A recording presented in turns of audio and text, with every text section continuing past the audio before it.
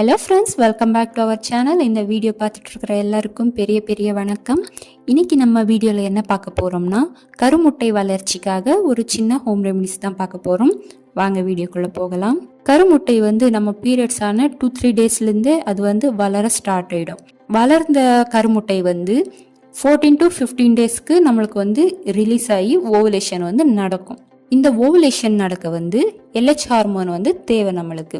இந்த LH hormone நம்ம periods ஆன 2-3 டேஸ்லேருந்து கொஞ்சமாக இன்க்ரீஸ் ஆகி 14 to 15 டேஸ்க்கு பீக் ஆகி அது ரிலீஸ் ஆகும்.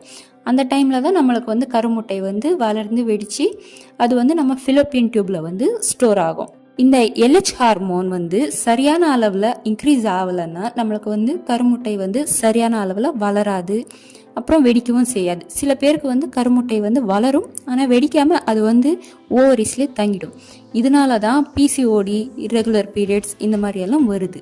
இதை சரி செய்ய நம்ம டேப்லெட்ஸ் மூலியமாக இல்லாமல் ஒரு ஹோம் ரெமிடிஸ் மூலியமாகவே சரி செய்யலாம். அந்த ரெமிடி என்னன்னு பார்த்தீங்கன்னா க்ளோ வாட்டர், அதாச்சும் கிராம்பு தண்ணீர். இந்த கிராம்பு தண்ணீர் எதுக்கு யூஸ் ஆகும்னு பார்த்தீங்கன்னா, நான் சொன்ன மாதிரி அந்த LH ஹார்மோன் இன்க்ரீஸ் பண்ணி நம்மளுக்கு கருமுட்டையை சரியான சைஸில் வளர்த்து அது வெடிக்கிறதுக்கு அது ஹெல்ப் பண்ணும். இந்த கருமுட்டை சரியாக வளர்ந்து வெடித்து அது ஃபிலோப்பியன் டியூபிக்ஸ்க்கு வந்தாலே நம்மளுக்கு நீர்க்கட்டி ப்ராப்ளம்ஸ் சரியாகும். இர்ரெகுலர் பீரியட்ஸ் இருக்காது. அது இல்லாமல் ப்ரெக்னென்சிக்கு ட்ரை பண்ணுறவங்களுக்கும் கருமுட்டை நல்லா வெடித்து வந்தால் தான் நம்மளுக்கு ப்ரெக்னென்சிக்கும் ஹெல்ப் ஆகும்.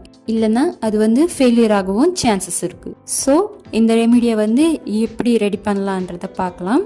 ஒரு 4 கிராம்பு எடுத்துக்கிட்டு ஒரு கிளாஸ் வாட்டரில் அந்த கிராம்பை போட்டு நைட் ஊற வச்சுருங்க. மார்னிங் அதை கொதிக்க வச்சு அது லைட்டாக அப்படின்னா ரொம்ப சூடாக இல்லாமல் இல்லை ரொம்ப சில்லுன்னு இல்லாமல் ஒரு காஃபி டீ குடிப்போம்ல, அந்த ஒரு சூட்டில் நம்ம குடிக்கலாம். ஃபில்டர் பண்ணிவிட்டு அதில் சர்க்கரை எதுவும் சேர்க்க வேண்டிய அவசியம் இல்லை, ஏன்னா அது நார்மல் வாட்டர் மாதிரி தான் இருக்கும். ஸோ நம்ம அப்படியே குடிக்கலாம். இதை வெறும் வயிற்றுல எடுக்கணுன்ற அவசியம் இல்லை. நம்ம காலையில் டிஃபன் சாப்பிட்டு கூட நம்ம எடுத்துக்கலாம். ஒரு 11 மணிக்கு அந்த அளவுக்கு கூட நம்ம எடுத்துக்கலாம், பிரச்சனை இல்லை. பட் ஆனால் வெந்தய டீ மட்டும் நம்ம வெறும் வயிற்றுல எடுத்தால் தான் அதோடைய பெனிஃபிட்ஸ் அதிகமாக இருக்கும். க்ளோ வாட்டர் எத்தனை நாளுக்கு எடுக்கணும்னு பார்த்தீங்கன்னா, பீரியட்ஸ் ஆகி 14 to 15 டேஸ்க்கு, அப்படின்னா ஒரு 30 டேஸ் பீரியட் சைக்கிள்னால் 14 to 50 டேஸ்க்கு தான் நம்மளுக்கு ஓவலேஷன் நடக்கும். ஸோ நம்ம இது ஓவலேஷனுக்காக தான் நம்ம இந்த க்ளோ வாட்டர் எடுக்கிறோம். அதனால 14 to 15 டேஸ் வரைக்கும் நம்ம எடுக்கலாம்.